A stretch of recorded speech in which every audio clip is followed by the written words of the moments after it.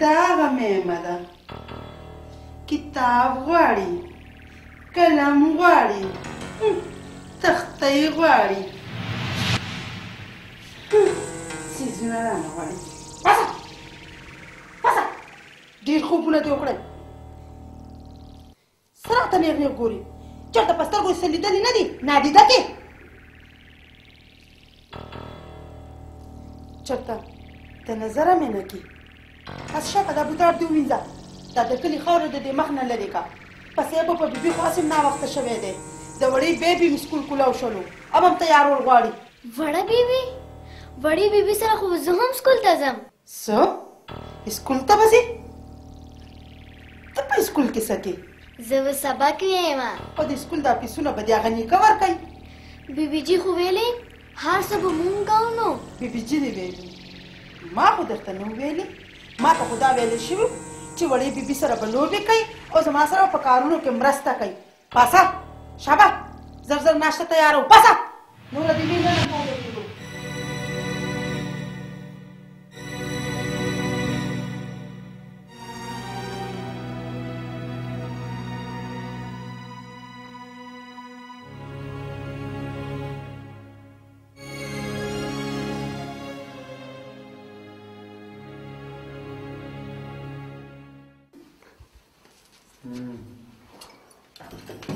راځه راځه رڼا ما سره دلته ناشته وکړه.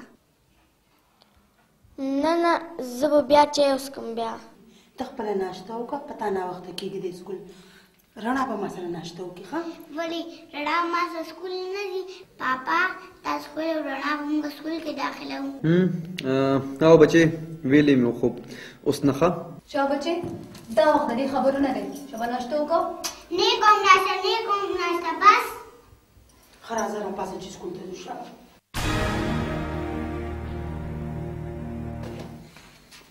رڼا زه چې سکول نه راشم تا ته به خشته خشته که خپل کمپیوټر کې ګیمونه ښام. بس اوس ځو ناوخته دی سکول باندې.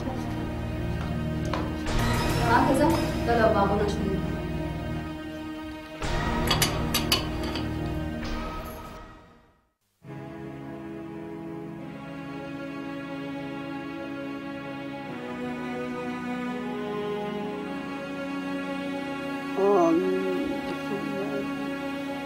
داجي دا خو درته ونیوې چې دا قبرونه له چا دي؟ نو بچې دا قبر مې د نیکه دی. دا قبر مې د تره دی.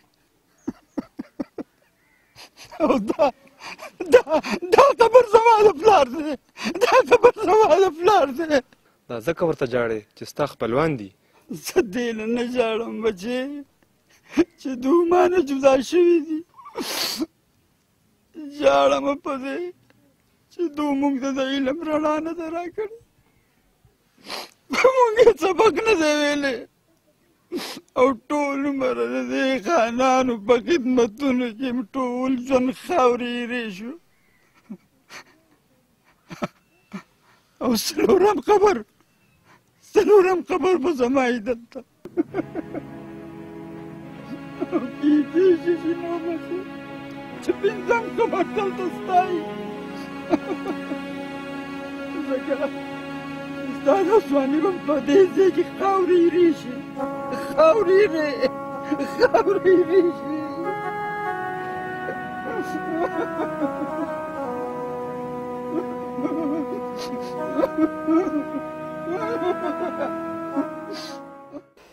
د قاضي صاحب سیریل شروع کېدو کې دی خو په هغې کې لا یو څو ورځې شته دی.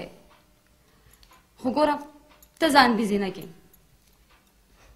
اوس خو هغه جنۍ نه ده هغه څه نوم یې دی رڼا او هغه هم شته دی. بیبي خیال به ساتي او به هغه هم شته دی. ګوره یو 2 ورځو له به لاړ شي ټوور له